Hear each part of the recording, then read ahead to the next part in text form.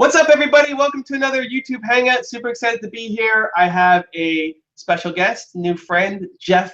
He's an author, already written a book, working on a second book that is going to be The Power of Being Yourself, and talking about authenticity, and wanted to interview me for the book. And I said yes, but how would we do it as a YouTube Hangout so you guys can learn about him as well and hear about the power of being yourself. Jeff, welcome aboard, man. How you doing? It's awesome to be here. I'm doing very well. It's a great Thursday today, and I'm looking forward to chatting. Cool. Well, before getting into your questions, I know you got a bunch, and I want to add as much value for your book as possible. Just a quick intro to my audience, who you are, what you're doing, what this book is all about, and then let's take off. Yes, absolutely. So I am an author and professional speaker. I frequently speak to high schools, colleges, sometimes nonprofits, focused on leadership, overcoming adversity and challenges. A few months ago, I published a book called Reach Your Mountaintop, 10 Keys to Finding the Hidden Opportunity in Your Setbacks, Flipping What You've Heard on its Head, and Achieving Legendary Goals, where I featured all of these awesome experts that I met with in person at conferences, people I spoke to on the phone, and it's definitely helping people. And as an author, I'm putting out new content all the time. So I'm now working on another book called The Power of Being Yourself, The Real Secret Behind Every Authentic Leader. And I'm connecting with really successful bloggers, speakers, YouTubers like Evan, and people that I want to feature in this book of mine that will really show you how to not only be authentic, but provide a practical process to get to where you want to be, maximize on your strengths, and feel like you're living a life true to yourself. I love it. Well, I'm looking forward to being a part of this book. Yes. And let's do it. What questions do you have? How can I help? Yes. Well, let's dive right into it. So the first one that I wanted to ask you is, in seeing some of the interviews you do, a lot of them, you're very authentic and yourself in the people that you talk to, these entrepreneurs, these successful people. And I wanted to ask you, what do you think in your mind is the secret to being yourself and being authentic, especially in a world where we're always trying to be told by society to be like everyone else? For me, what I keep coming back to is my one word. I wrote a book about it, but not for the promotion. Just I'm all about believe. And having that self-awareness, I think, is important. Understanding what your most important core value, I think, is really important, because then you can carry that to all these situations. So when you're faced in a new situation that is uncomfortable for you or scary or forcing you to step outside your comfort zone or deal with somebody that you have trouble dealing with, the self-awareness of understanding what your most important core value is, I think, makes a huge difference. And so for me, if I'm standing on stage, and maybe it's the biggest stage I've ever been on, and there's tons of people in the audience, you know, you might be nervous, right? I'm nervous, like, it's the biggest stage here. Yeah. Thinking about why am I doing this? Well, I believe in these people. I want them to get some value here. I want to help inspire and motivate them. And that centers me and helps me go out and deliver something awesome. Walking away from things, you know, so if I'm all about believe, people who aren't, you know, I don't want to be around. You know, we don't mesh well.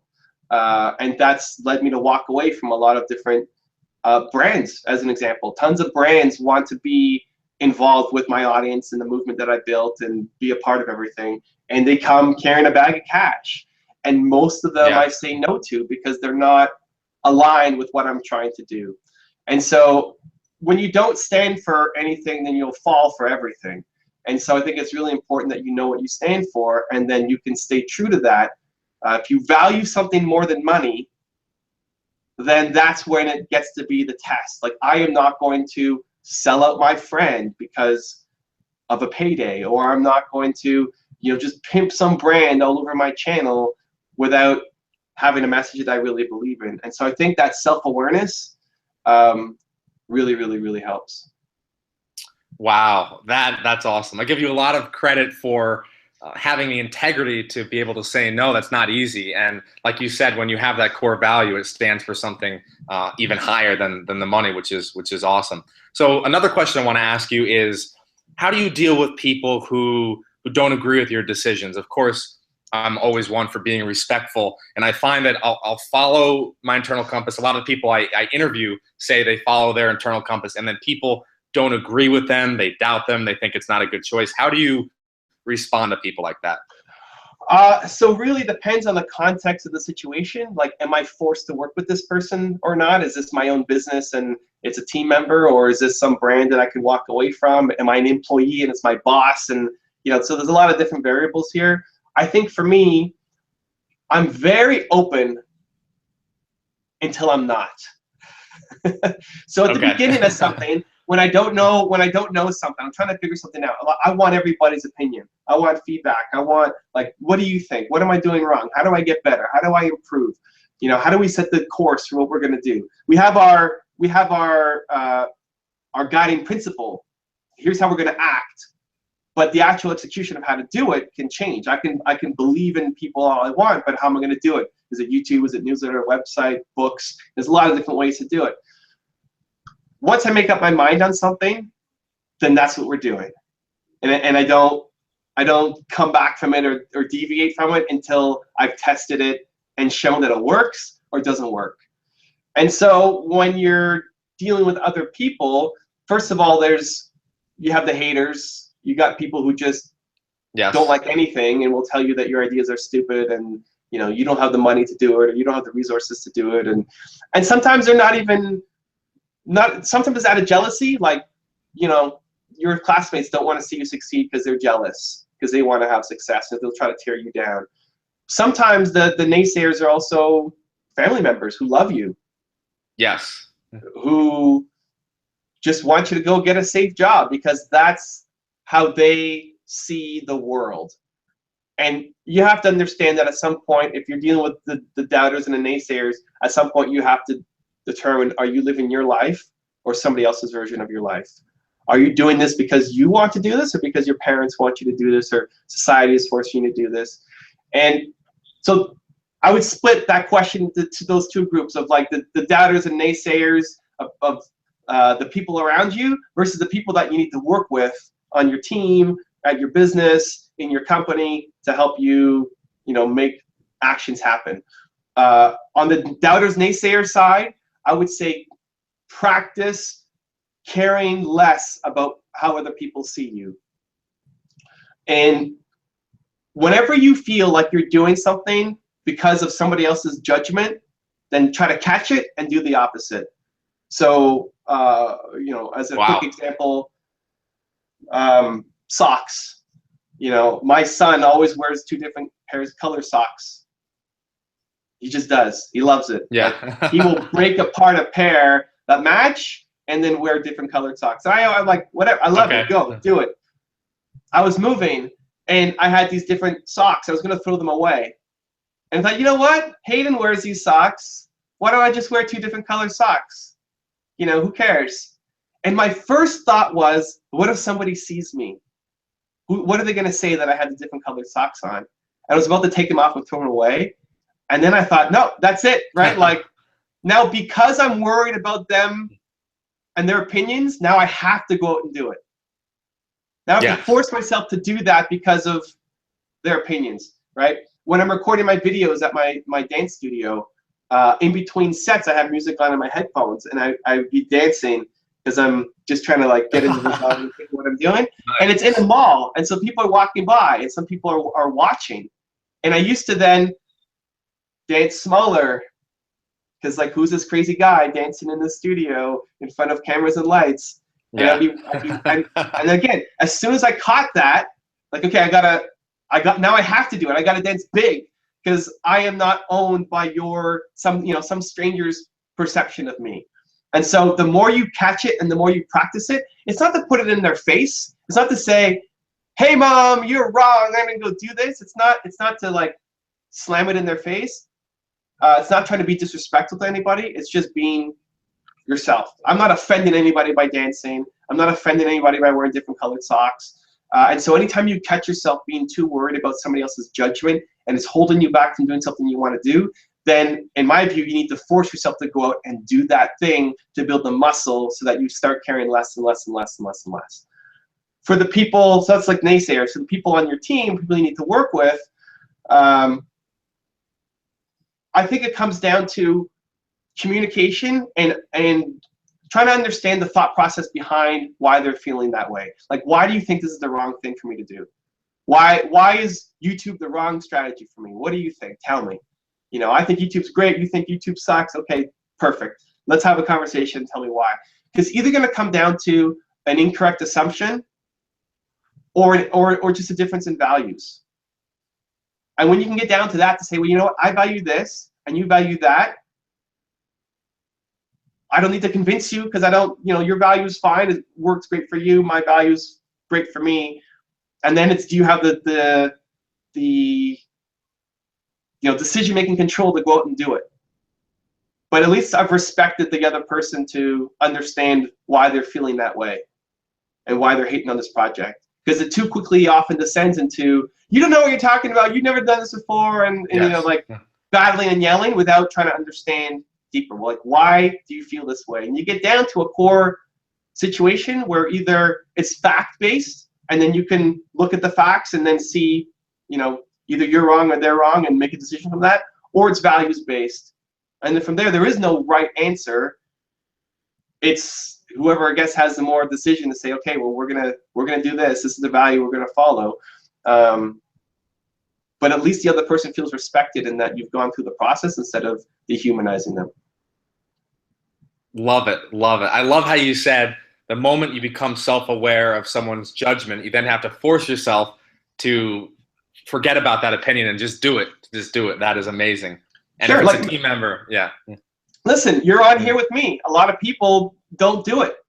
A lot of people say, you know what? Well, I'd rather do it as like a private Skype call because I'm an author and I'm not in video and I don't have a microphone and I don't have I don't have a video camera and, you know, whatever, right? Well, what's the real reason? It's like fear of being judged in public, and here's an opportunity to get some exposure and promotion and build a new skill. And you stepped up and said, hey, yeah, you know what? Let's do it. Where a lot of people don't. And so anytime, like it's easy to get that fear that we feel and then find a practical reason why we can't do it, right? Because you could have said, I don't have you know, I don't have a microphone. It's like a totally legit reason to convince yourself why you can't do something. We're afraid of something, and then we find a practical reason to justify it. We're really, it's just that we're afraid. And so if that's the reason, you have to go out and do it. And you did. That's great.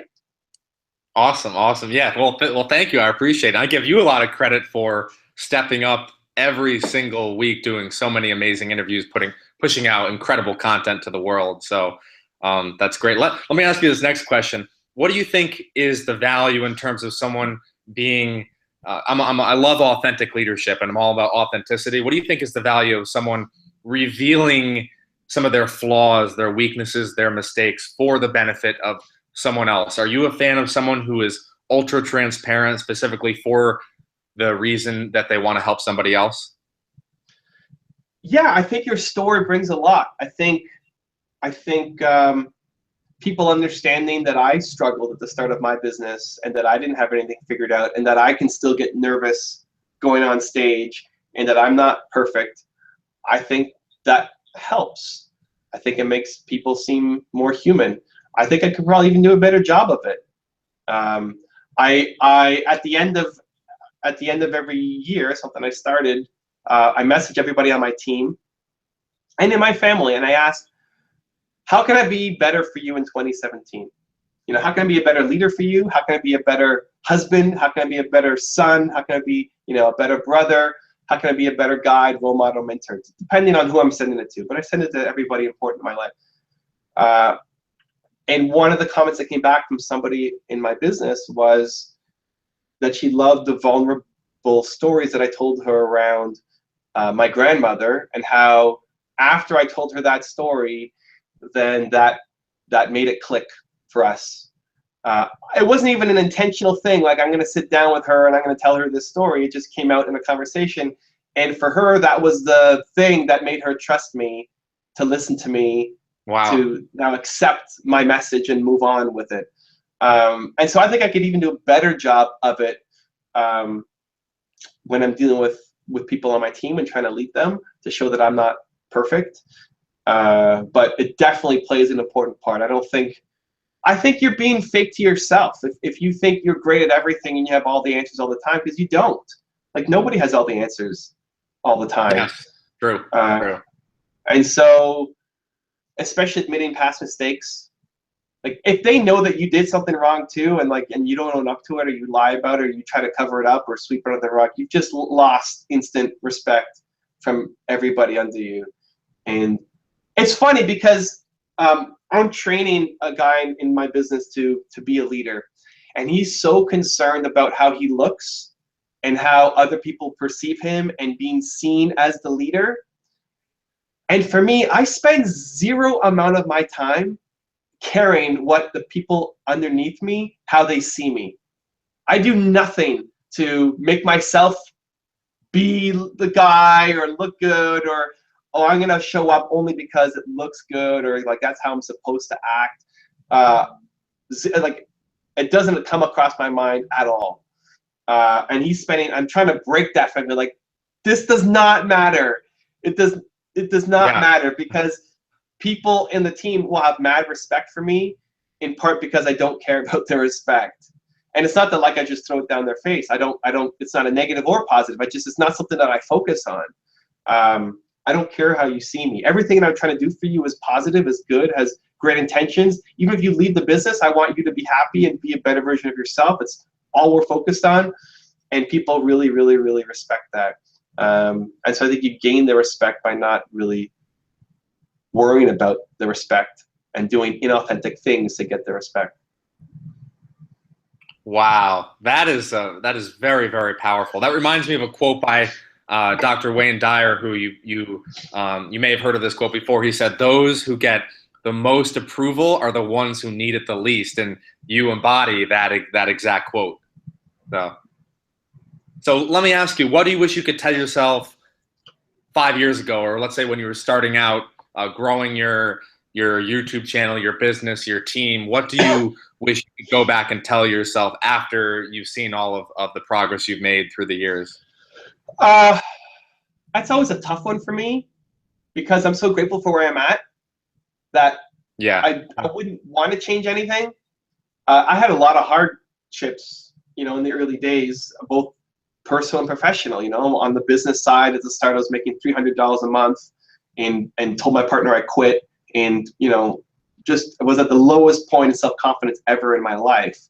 On the personal side, I got married young, and we got divorced, and that was a really down part in my life as well.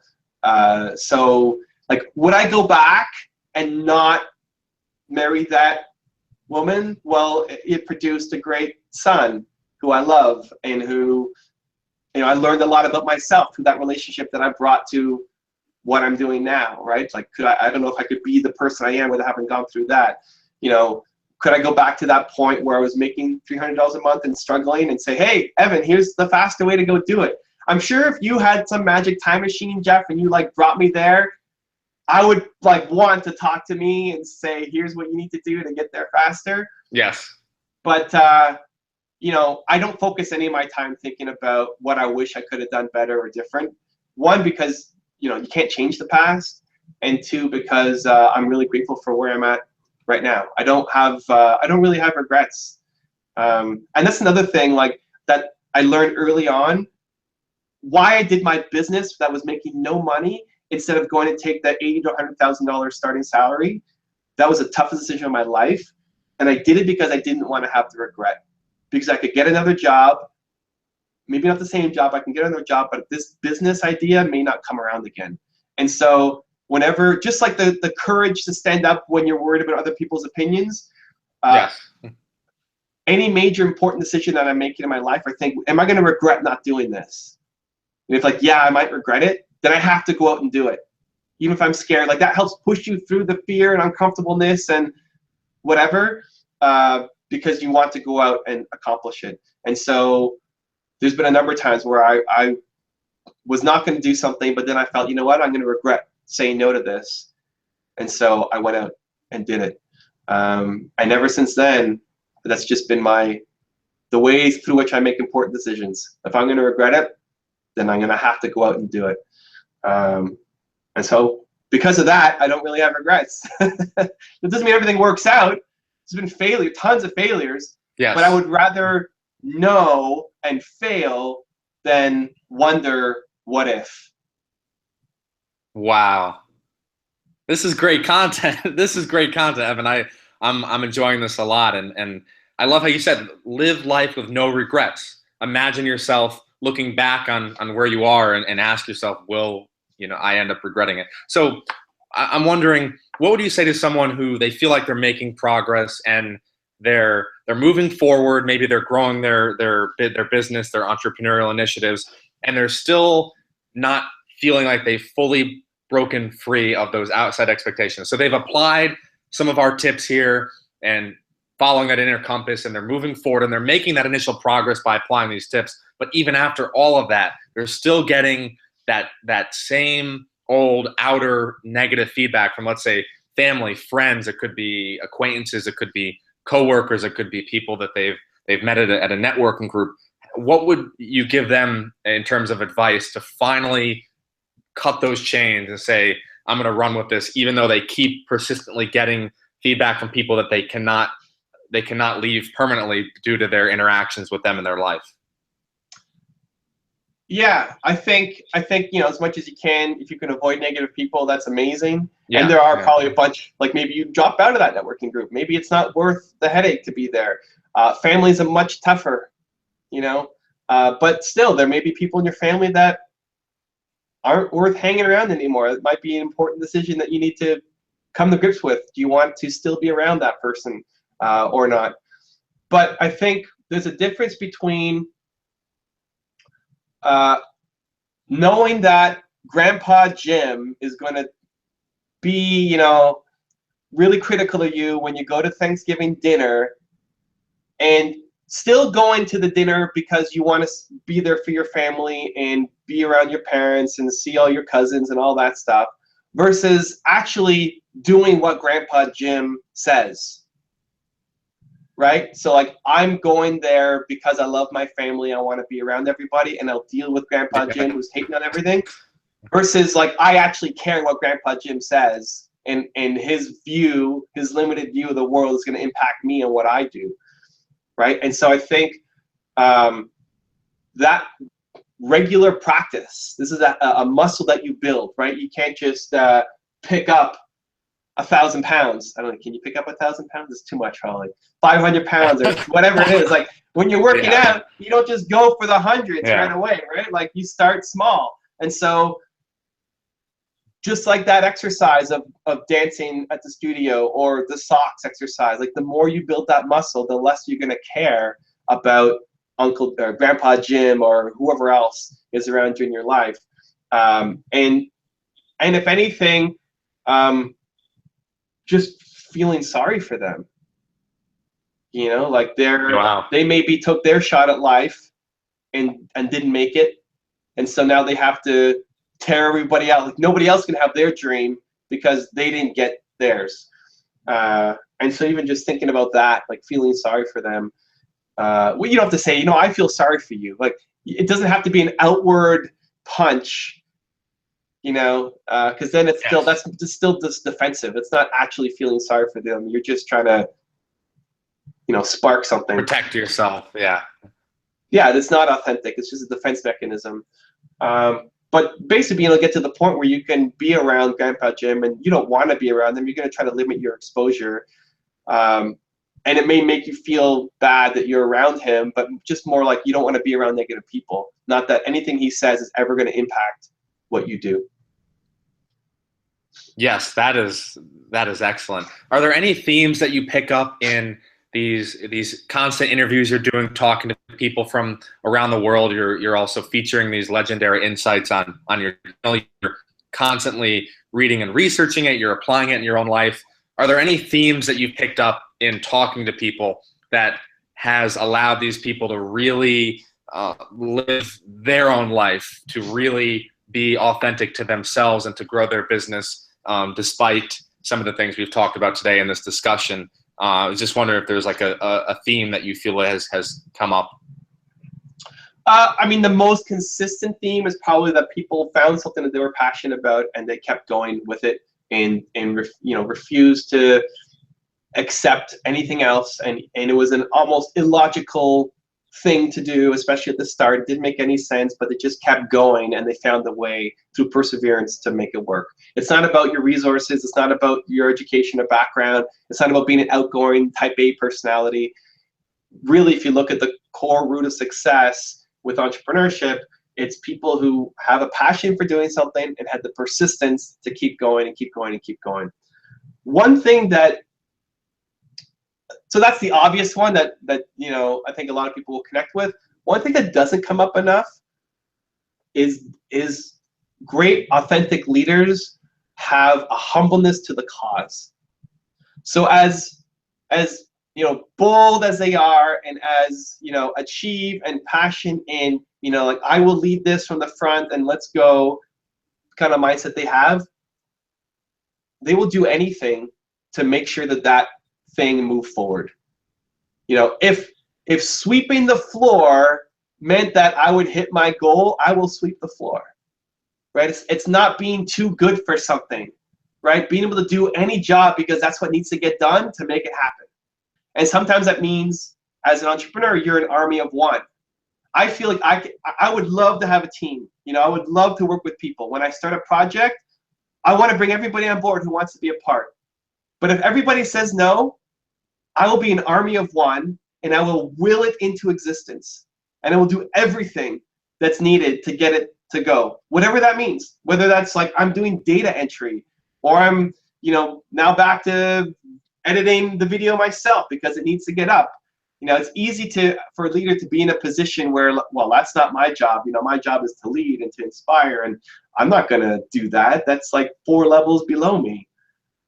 Where the great leaders and the ones that people want to follow are the ones who have the humbleness to the cause. They will do anything. Their highest value is going to be being the leader. But if something needs to get done and there's nobody else who can do it right now, they step in and they do it gladly because it's going to move the business forward. So true, so true. You just hit on the core of servant leadership, and that's excellent. You definitely know the heart of leadership, and I'm excited to put these insights in the book. So what would you say is a tip for someone to get to know themselves better? Let's say that they are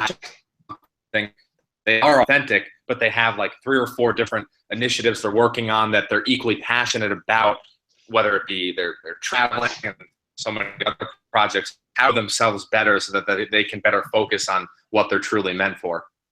So a couple things. One, I would go through the exercise of finding out what your most important core value is. For me, it's your one word, but like understanding yourself. I don't think people have enough self-awareness to understand what is the thing that that is so meaningful to you that you would turn away $1 million for, because it just violates you. So like, what is that one core value that's super important? I don't think most people know that. So figuring that out is super important. Then if you're looking at what projects do I go out and pursue, because I have all these ideas, I think the best option for you is to combine them. Embrace the genius at the end. Figure out how you can do all of those things and put them into one. Because that's going to be where your creative genius lies. Because if you're off only doing this traveling thing, then you're always going to, one, you're never going to be the greatest just traveler, because there's tons of great travelers out there. And so you're never going to really hit it big. And 2, you're always going to feel this yearning for other stuff. Like, I went all in on that, but I still want to do this other stuff. And so you're never going to be great there either. So you will be great by combining those things together and doing them in a way that only you can do it. And so going all in on those strengths, I think, is really going to be the answer. Figure out how you can combine those things that seemingly don't make sense and bring them together into an awesome opportunity for you. That's what you should chase.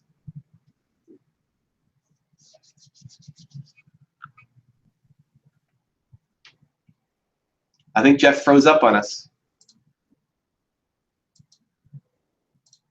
All right, I don't know what happened to Jeff, but we're at time anyway, so thank you guys so much for watching. Hope you had fun. Go check out Jeff's book when it comes out, The Power of Being Yourself. I'm going to check it out. I'm in it. I'm excited. Thank you guys for watching. I believe in you. I hope you continue to believe in yourself and whatever your one word is. Much love. Off to another interview, and I'll see you soon.